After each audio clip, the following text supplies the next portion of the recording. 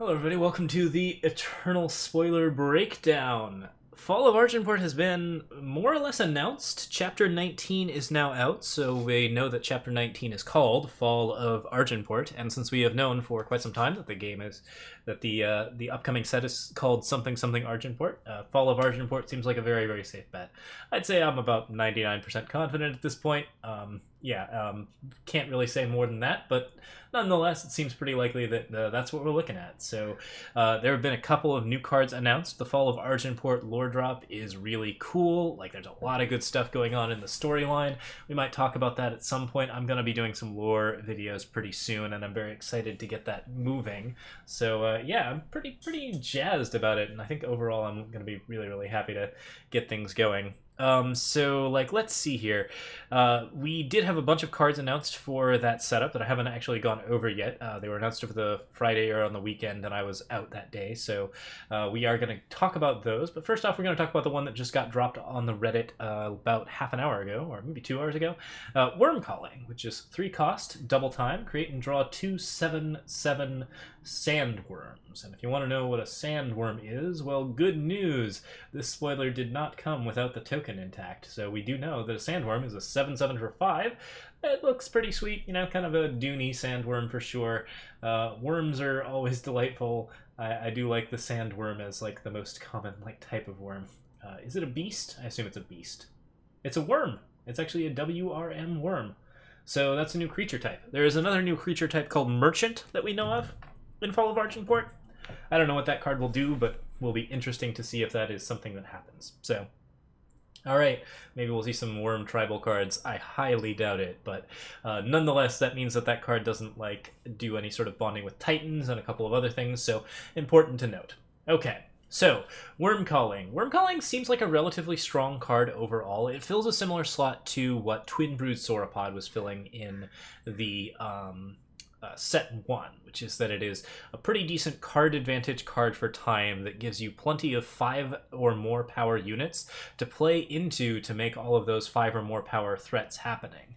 And this is again something that we're seeing a lot of these designs not get replicated but get changed around, which is a pretty strong indication that there is going to be a set rotation of some point eventually. I would say not right now, but definitely in the future. Set 1 is going to get rotated out. So Worm Calling will be sort of your Sauropod fill-in. That being said, this card works a lot differently than Sauropod, and I think it is fairly good. So overall, you are expending 8 to 13 mana for 2/7/7 sandworms. 13 power for 7/7 sandworms is not hyper efficient, but it's pretty okay. And the main thing is that you're spending that in different sort of sections. You're spending 3 on turn 3, which is a turn that for time is not especially profitable. It's usually your ramp turn, the turn that you are using to get your power fixing going, or the turn that you're using to establish Dawnwalkers, which happen to be very, very good with Worm Calling.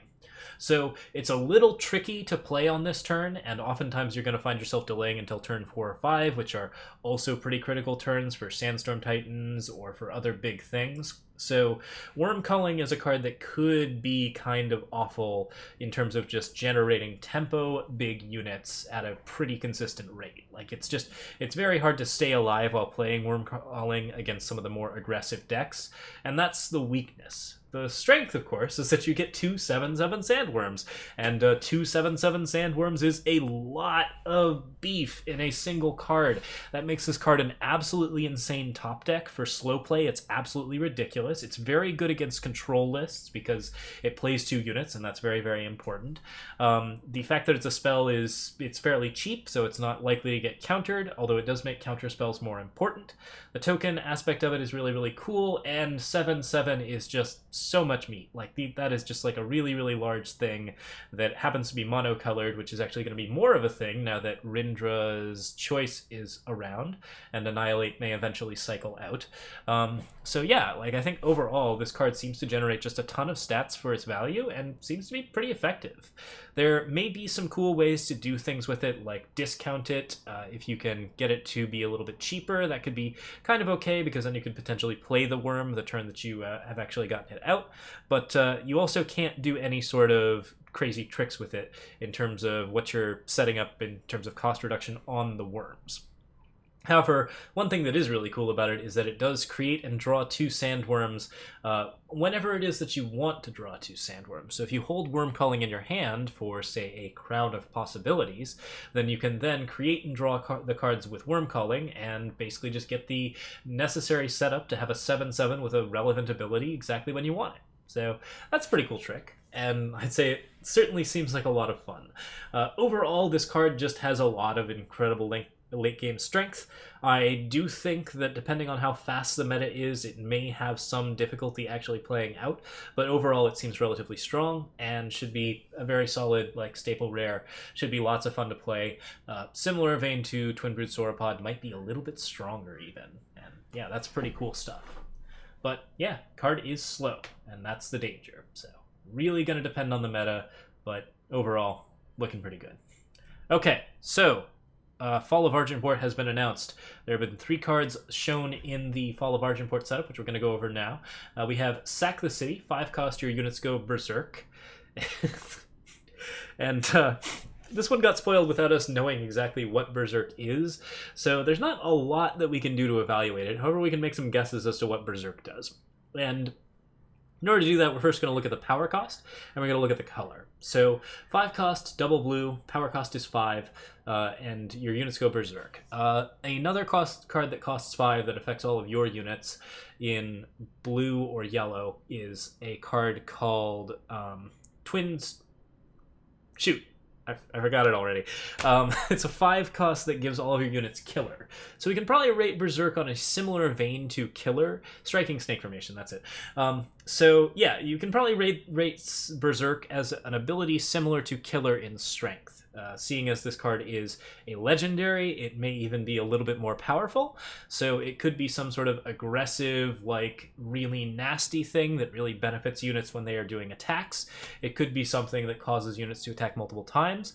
My bet is that because Primal is the faction that has to involve a lot of creature combat and has a lot of Killer in it, Berserk may have something to do with Killer and something to do with interaction between random elements of your cards. Like I would say that if you're going to be attacking with a Berserk unit, it might attack a random target but get some sort of cool bonus or something along those lines. I would guess that it benefits it in some way increases the interactivity of your units with your opponent's units, while at the same time giving some sort of extremely powerful buff. So we'll see what Berserk does.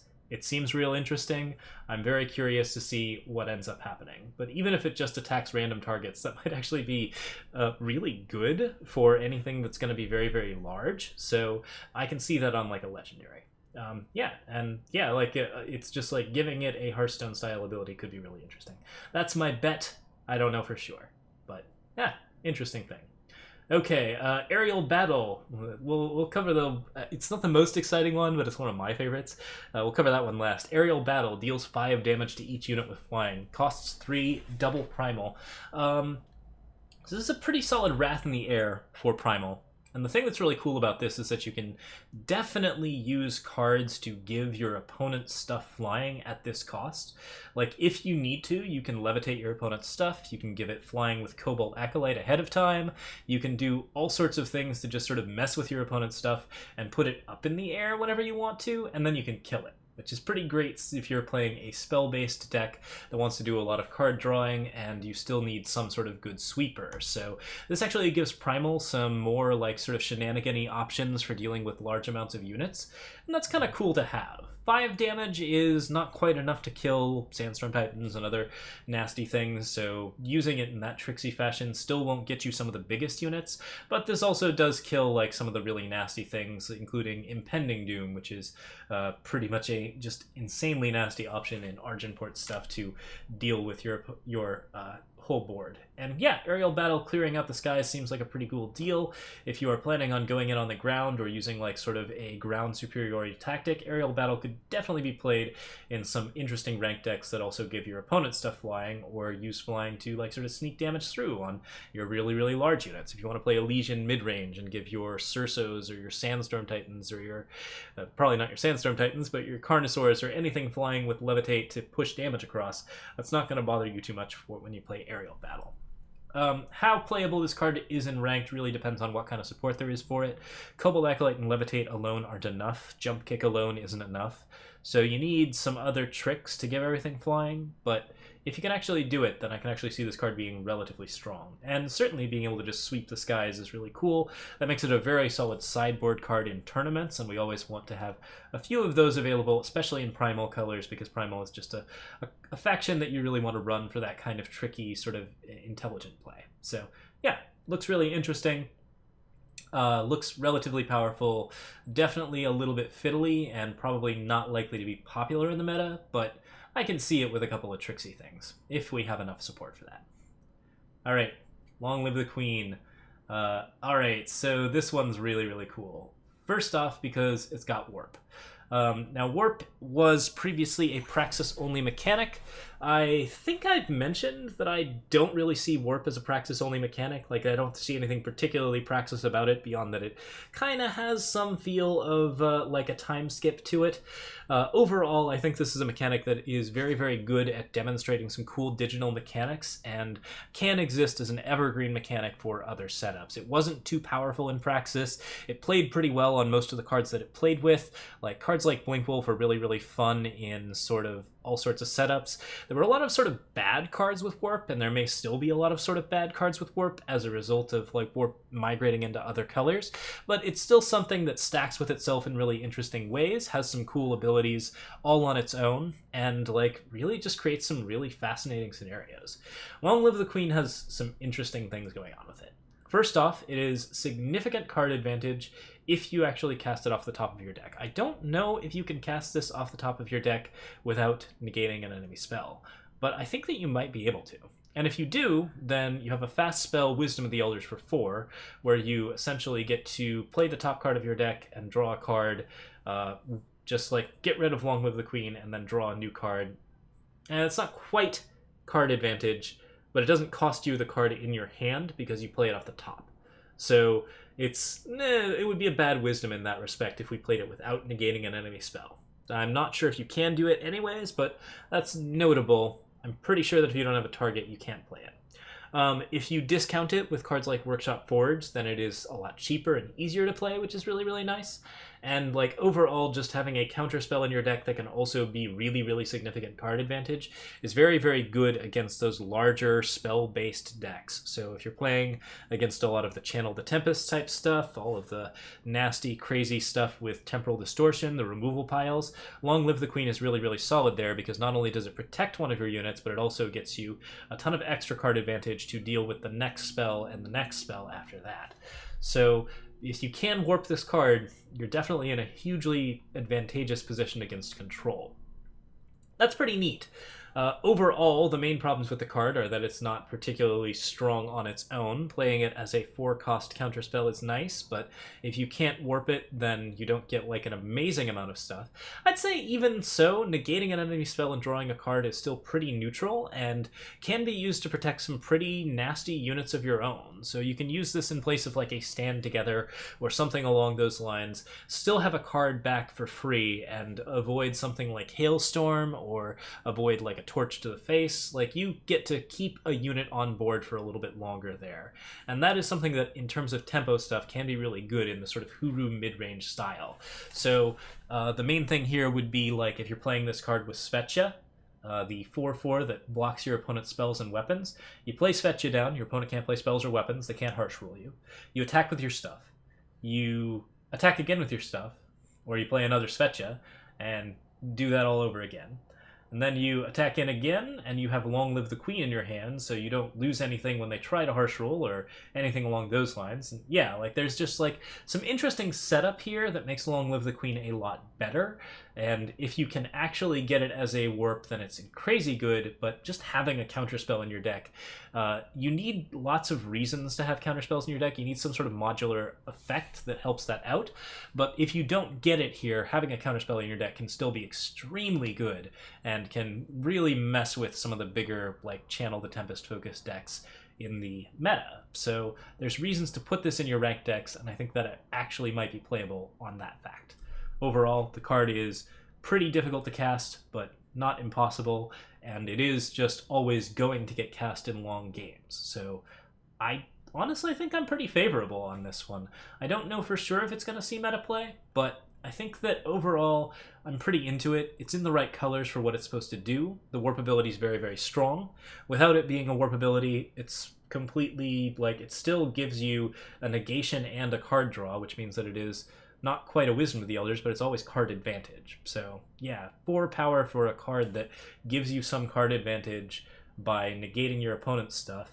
Like, I think we've talked about this before. That's like a card like Subvert, where you actually get to mess with your opponent's battle plan, get yourself a card, and, you know, continue to advance your own battle plan. That's really pretty strong altogether. If you warp it off the top, even better. That's actually crazy. But overall, like, yeah, the strength of this card is actually much higher than I'm even giving it credit for now that I'm looking at it a little bit closer. So, yeah, I would say that this is definitely playable, and this is definitely going to see, like, a decent amount of play just for the ability of it to do some cool things. People are talking about Corrupt in the setup. Corrupt is a little bit too hard to use, primarily. I would say that Long Live the Queen has a bit more playability to it, just because Justice is the color where you often actually have an extra amount of power to play with, and Primal is the faction where you actually want, like, the card advantage and that kind of, like, cool support stuff. So, like, that really makes Long Live the Queen a lot better in my eyes. Certainly it belongs in specific decks, you gotta play around it, all of that stuff has to happen, but overall, looks pretty cool. Also, we're all worried for Eileen. She looks like she's going to get shot. I'm not really sure. Like, the fall of Argenport twice. We'll see. We'll see. Looks pretty interesting. Yeah, so that is, I believe, the last card in the spoiler breakdown. We'll do a quick check of the Discord, but I'm getting really excited for the Force set now. Like, we have seen some really cool stuff, just in terms of not, like, crazy ridiculous bombs, but in terms of just, like, establishing some interesting mechanics, establishing some really cool mechanics, and it seems like this set is going to be a little conservative, but very, very, very oriented towards fun. Like, I think there's just really good play patterns in most of the cards that we've seen. Some of the sillier stuff is really fun and silly, but some of, like, the major stuff that actually looks like it's gonna see play looks really interesting to play, and looks like it's something that we're gonna have a lot of fun with over the course of many, many, many games. And that's something that I'm looking forward to, is just having that kind of longevity.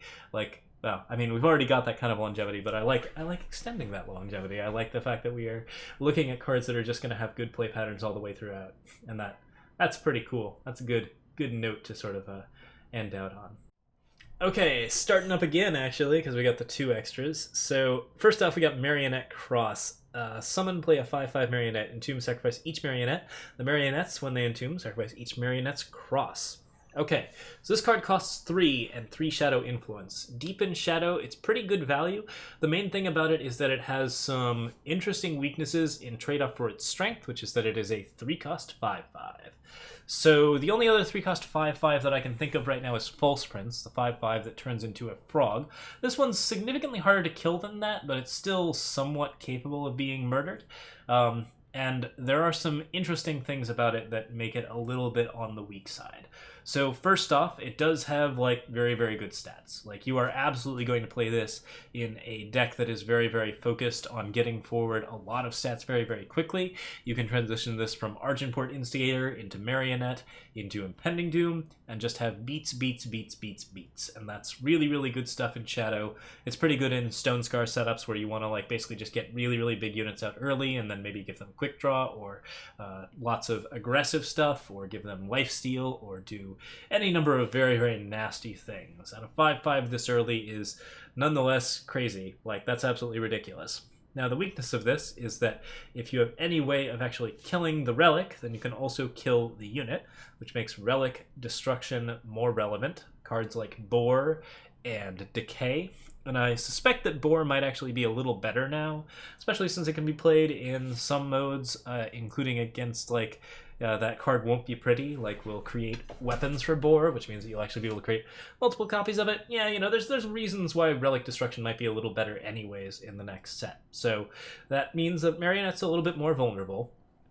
The other thing about it that's really scary is that if you play more than one Marionette Cross, which is certainly a possible hand in any deck that's running 4 Marionette Crosses, then you can, of course, lose both Marionettes to a single removal card. And that's a pretty tricky one, because the Marionette sacrifices each cross, the crosses sacrifice each Marionette, and then, yeah, things get a little bit nuts. If you're asking if there's relic bouncing, yes, there is some relic bouncing. You can do it with cards like the Explorer bounce card. There's a 3-cost relic that does it. I believe Teleport could also do something similar.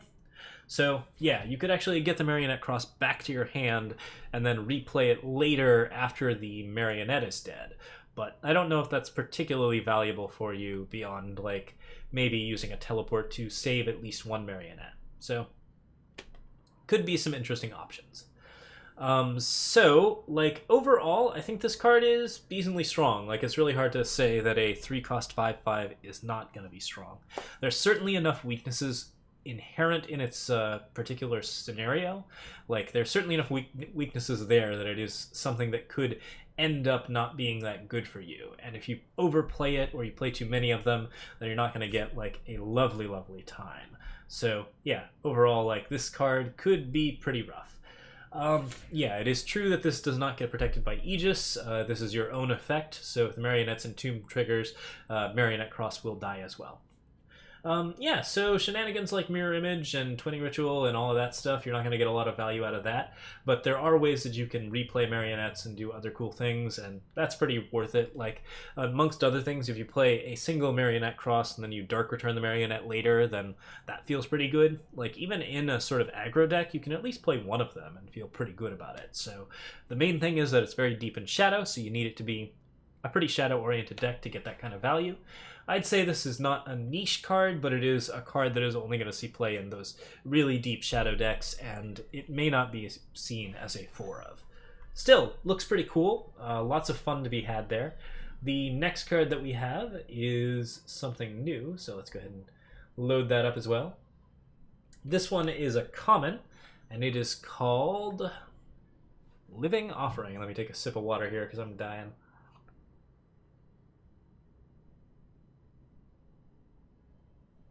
Alright, Living Offering is a 2/2 that pays 1 and sacrifices itself to silence an enemy unit.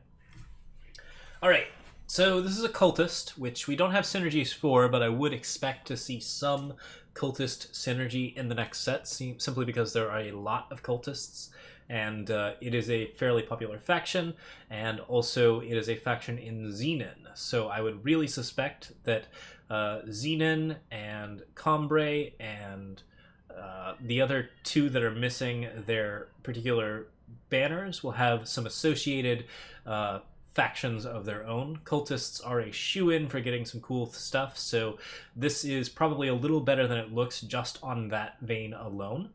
The pay 1 and sacrifice itself to silence an enemy unit ability is pretty minor, but actually can be a fairly big thing if you're establishing a 2/2 that gives you some cool ability. Like, basically, like, this card is useful as a tempo drop early, and then later on it is something that you can use to kill something or mess with something of your opponent's when it no longer becomes relevant. We like that modularity. The overall stat line is just okay, it's not amazing, but it's fine. So I see this being played in Cultist decks as a pretty standard card. I would say that it is much more powerful in Draft than it is in Ranked, but overall I'm pretty positive on it as an uncommon. It seems fairly reasonable, the stat line's fine, the abilities okay, and you can also do some maybe cool things with, like, Entomb effects or figure out some way to... I think this is one of the first units that you've actually been able to kill yourself, and there may be some cool benefit that you can have to that later on in Xenan decks. I suspect that that might be tech that we're really going to be interested in. I don't know if this card is going to be powerful. Overall, it looks like it's going to be fairly underpowered, but it's going to be along the lines of, like, that 2/2 that gives your Unseen Aegis, or cards like Ward Wielder, where, like, these cards actually do cool things. It's just a matter of whether or not you can build around them, or whether or not they fit your particular strategy. Overall, having a silence in a unit is not a bad deal, and I think that might actually be worth the price on a 2-drop in Time, because there aren't that many good 2-drops in Time beyond, say, Trailmaker and Temple Scribe, and if you want to do some, like, actual tempo stuff in Time, this might be the thing to do. So yeah, could be very interesting. Overall, looks a little low power. Like, there is still plenty of stuff that you can do at 2 in Time, so we'll see what ends up happening with it, but a very good draft pick at the very least. So pretty cool there. All right, I believe that's it. Scarletch may have a few more getting posted up, but that's looking pretty good. So we'll call that out and see you guys next time, YouTube folks. Cheers again.